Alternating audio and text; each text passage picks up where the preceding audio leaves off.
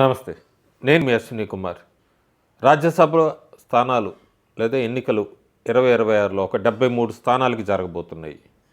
కీలకమైన bill pass అవ్వాలంటే ఉభయ సభల్లో లోక్సభ అట్లాగే రాజ్యసభలో కూడా పాస్ అవ్వాల్సిన అవసరం ఎంతైనా ఉంది. 2026లో చాలా ముఖ్యమైన బిల్లులు ప్రవేశపెట్టబోతున్నట్టుగా తెలుస్తోంది కేంద్ర ప్రభుత్వం.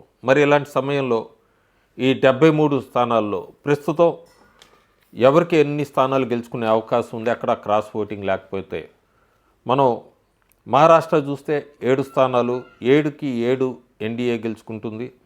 ఒడిశా 4 స్థానాలు, బీజేపీ 3, బీజేడీ 1. తమిళనాడులో 6 స్థానాలకు జరుగుతాయి, డిఎంకే 4, అన్న డిఎంకే 2.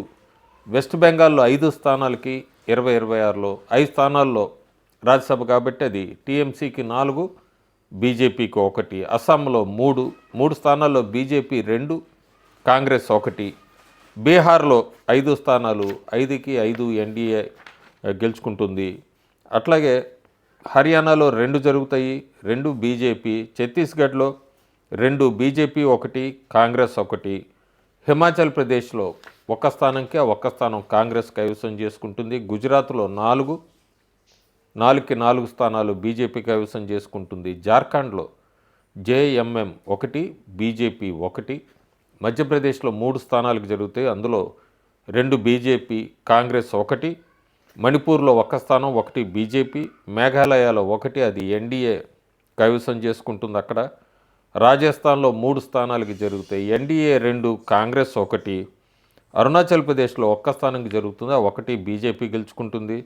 కర్ణాటకలో 4 స్థానాలకి కాంగ్రెస్ 2, ఎన్డీఏ 2. మిజోరంలో 1 స్థానం కూడా జడ్పీఎం గెలుచుకుంటుంది.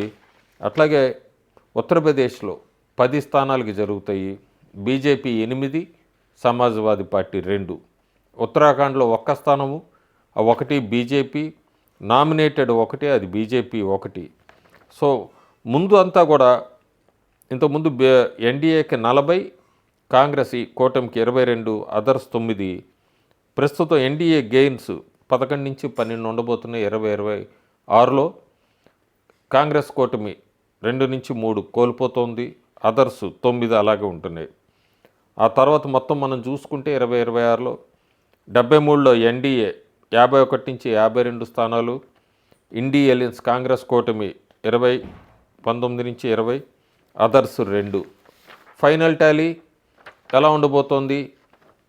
రాజ్యసభలో 2026లో నెంబర్స్ చూసుకుంటే ఎన్డీఏకి 144 నుంచి 145, కాంగ్రెస్ ఎలియన్స్కి 78 నుంచి 79, అదర్స్ 22 స్థానాలు.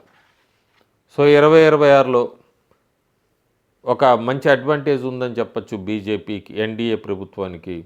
ఏ బిల్స్ వచ్చినా కూడా క్లియర్గా పాస్ అవుతాయి, 2 సభల్లో బలం ఉంది కాబట్టి. చాలా ఇంపార్టెంట్ బిల్స్ అని చెప్తున్నారు ప్రస్తుతానికి. ఎక్కడ స్పెక్యులేషన్సే కానీ బయటికి ఇన్ఫర్మేషన్ రావట్లేదు ఎలాంటి బిల్స్ ఉండొచ్చని. కానీ ఏ రకమైన బిల్ తీసుకున్నా, ఏ స్ట్రిక్ట్ బిల్ తీసుకొచ్చినా కూడా ఖచ్చితంగా ఉభయ సభల్లో పాస్ అయ్యేట్టుగానే కనబడుతోంది ప్రస్తుతం ఈ నెంబర్స్ బట్టి.